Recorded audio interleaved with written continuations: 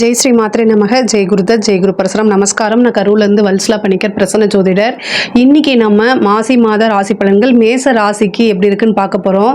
இந்த மாசி மாதம் வந்து பிப்ரவரி 12ஆம் தேதி நைட்டு 9, அதாவது இரவு 9:56க்கு திருக்கணிதப்படி பிறக்குது. மக நட்சத்திரத்தில் புதன்கிழமை இது பிறக்குது. இந்த மாசி மாதம் வந்து உங்களுக்கு எப்படி இருக்கும் அப்படின்னா ரொம்ப அருமையாக இருக்கும்.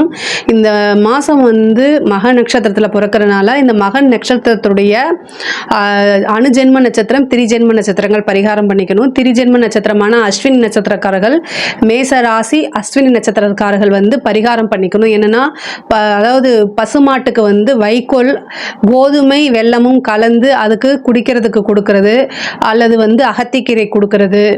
பசுமாட்டுக்கு எந்த வகையிலையாவது தீவனம் கொடுங்க. இதனால வந்து உங்களுக்கு விபத்து கண்டம் நிகழாமல் இருக்கும்.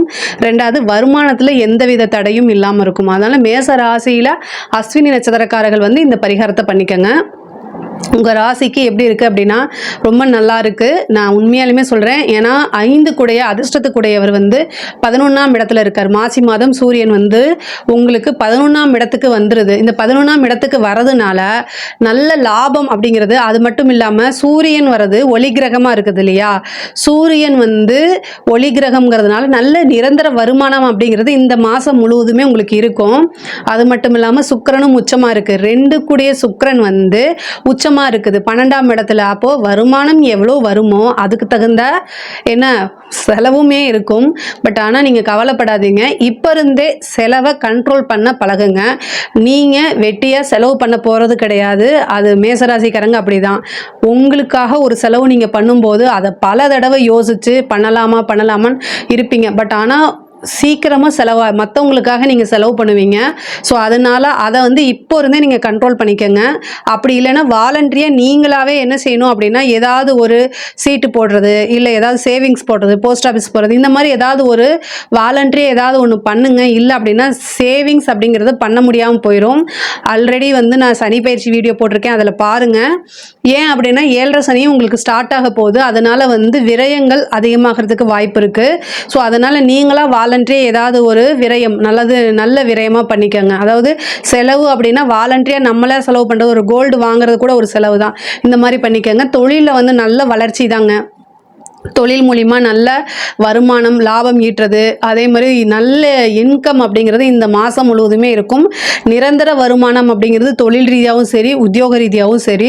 உத்தியோகத்தில் நீங்கள் எதிர்பார்த்துட்டு இருந்த ப்ரமோஷன்ஸ் இவ்வளோ நாளாக வெயிட் பண்ணிட்டு இருப்பீங்க, இந்த மாதம் உங்களுக்கு உறுதியாக கிடைக்கும்.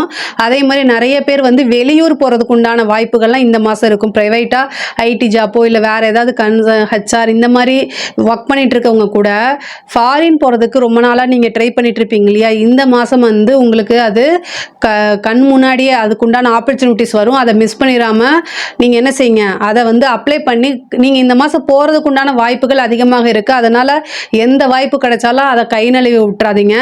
11ஆம் இடத்துல சூரியன் இருக்கார். மூத்த சகோதர வழி ஆதரவுகள் அதிகமாக இருக்குது. அதாவது சூரியனும் புதனும் சேர்ந்து 11ஆம் இடத்துல இருக்குது. சூரியன், புதன், சனி 3மே இருக்குது இந்த மாதம். அப்போ உங்களோட உடல்நிலையில் கவனம் வச்சுக்கணும். அதாவது இந்த டைமில் நிறைய ஆப்பர்ச்சுனிட்டி வரும். அதை தேடி ஓடுறது, அதிக ஒர்க் பண்ணுறது, இதனால வந்து என்னென்னா உங்களுக்கு அதிகமான சோர்வு அப்படிங்கிறது வந்துருங்க.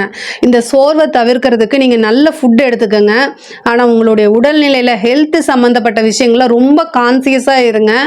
ஏன் அப்படின்னா சூரியனும் சனியும் சேரும்போது வந்து உங்களுடைய உடலில் இருக்கக்கூடிய சக்தியை ஃபுல்லாகவே உறிஞ்சு எடுத்துரும். அதாவது சூரியன் தான் வந்து பார்த்திங்கன்னா நோய் எதிர்ப்பு சக்தியை உருவாக்கக்கூடிய ஒரு கிரகம்.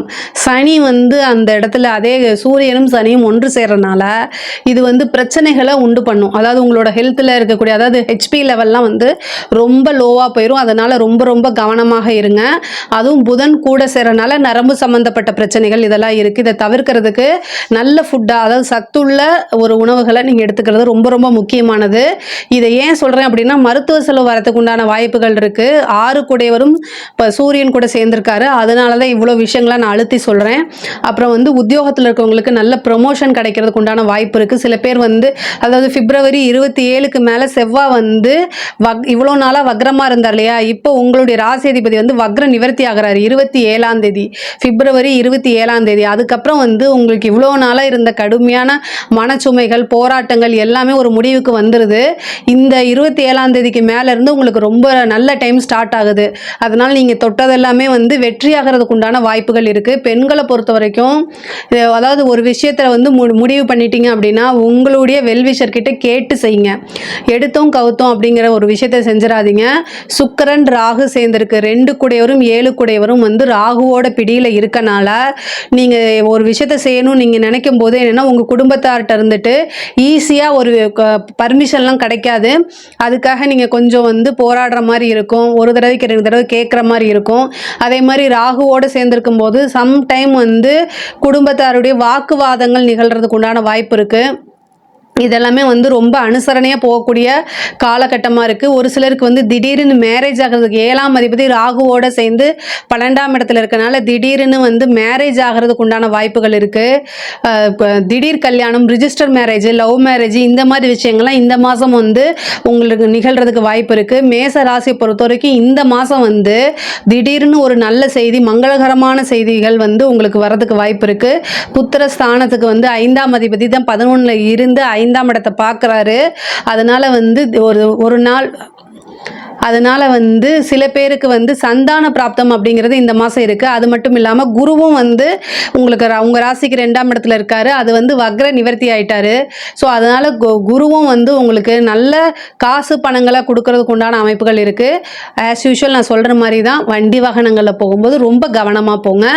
குரு வக்ர நிவர்த்தி ஆகி 8ஆம் இடத்தை பார்க்குறாரு. 2லேருந்து 8ஆம் இடத்தை பார்க்குறாரு. 12 கூடையவர், மருத்துவ செலவு இருக்குன்னு சொன்னேன். அதனால் வண்டி ஓட்டும்போது நீங்கள் அதாவது 7 சனி ஸ்டார்ட் ஆயிடுச்சு அப்படின்னா நம்ம 100% கரெக்டாக இருந்தாலுமே வரவங்க வந்து கரெக்டாக இருக்க மாட்டாங்க. அதனால் 100க்கு 200% நம்ம தான் அவேர்னஸாக இருக்கணும். வேறு வழி கிடையாது.